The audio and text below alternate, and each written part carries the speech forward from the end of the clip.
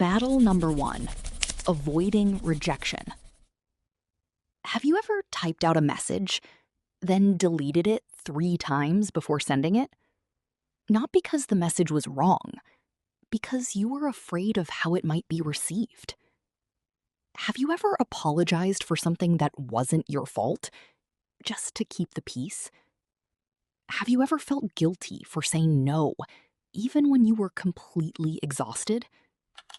If the answer is yes, you might not be as nice as you think. You might be afraid. Afraid of being seen negatively. Afraid of losing approval.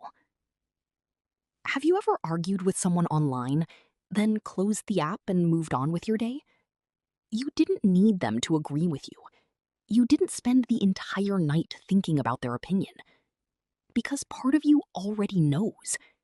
Their opinion doesn't define your value. The problem is, you forget that when it comes to certain people. The shock. There are people who could hate you today, and you'd sleep just fine tonight. And there are people who could show the slightest disappointment, and it would completely change your mood. The battle was never about being liked by everyone. The battle is that you've handed certain people the authority to decide your worth. Battle number 2. The need for answers. How many times have you reread an old conversation? How many times have you replayed a moment, thinking about what you should have said? How many times have you checked the profile of someone who is no longer in your life, looking for clues? Maybe you weren't looking for them. Maybe you were looking for an explanation, something that would finally make the pain stop. The shock. Have you ever walked out of a store because what you wanted wasn't there? You don't stand there for hours demanding the product magically appear. When there's no answer, you move on.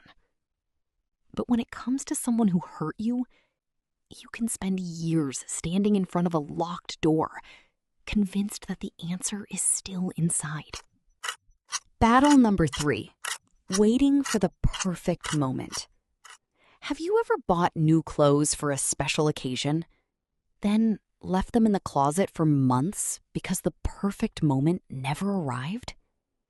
Some people do the exact same thing with their lives. They store their dreams away, their talents, their real personalities, waiting for the right moment, as if life is something that begins later, as if the real story hasn't started yet. The shock. When you learn how to swim, you don't become a great swimmer first, then get in the water. You get in first, then you learn. Strangely, many people approach life the opposite way.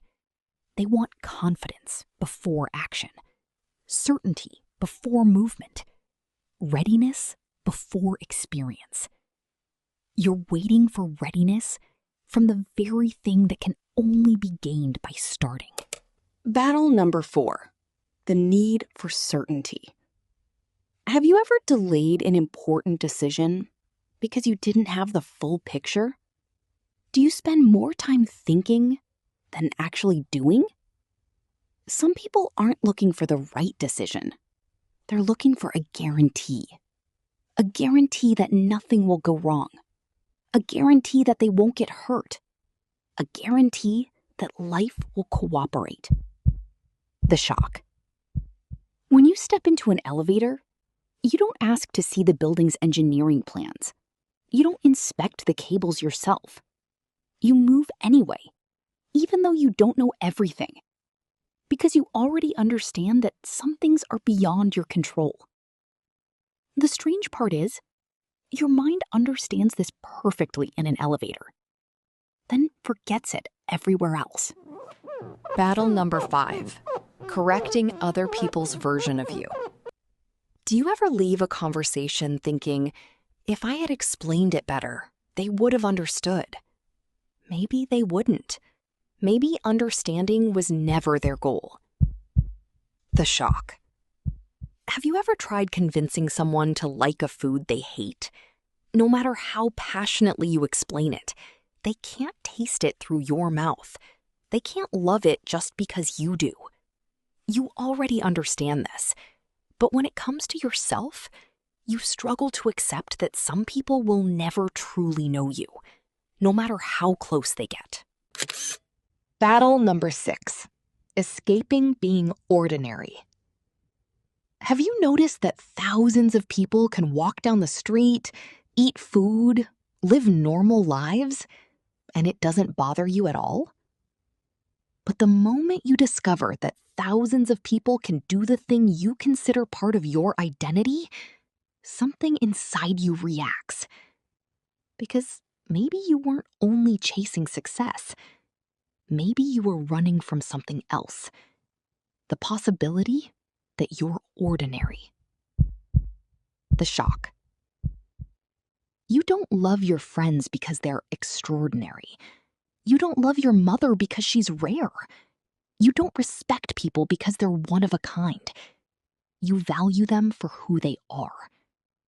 Yet, when it comes to yourself, you insist that your worth depends on being different from everyone else, as if being ordinary isn't enough, even though most of the beautiful things in your life are completely ordinary. Battle number 7. Chasing what you never received. Do you keep trying to earn the attention of someone who puts in no effort? Do you feel like love is something you have to prove you're worthy of? Have you noticed that some people become fully grown adults, yet still feel unusually happy when they receive praise from a parent, and strangely wounded when they don't?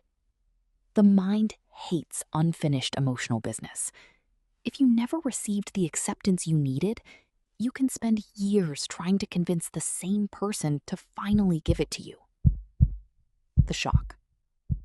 You don't walk into a computer store and get angry because they don't sell bread. You don't feel insulted.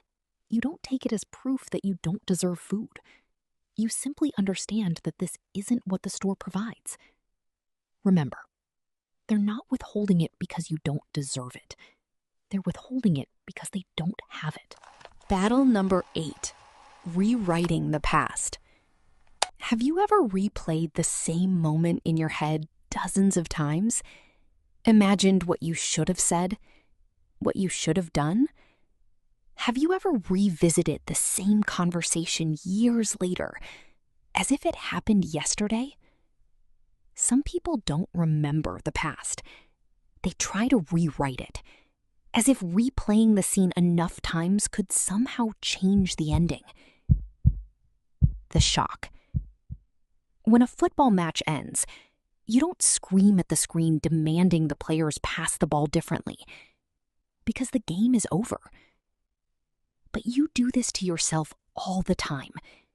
You keep arguing with an old version of yourself, punishing them for not knowing what you know now. Battle number 9. Punishing your former self. Do you ever feel embarrassed when you remember things you did years ago? Do you get angry at old decisions? Do you wish you could go back and warn your younger self? Some people aren't trapped in the past. They're putting the past on trial, judging someone who no longer exists, someone with less knowledge, less experience, less awareness. The shock. You wouldn't expect a 10-year-old child to think like a 30-year-old adult. So why do you expect your younger self to know things you only learned years later?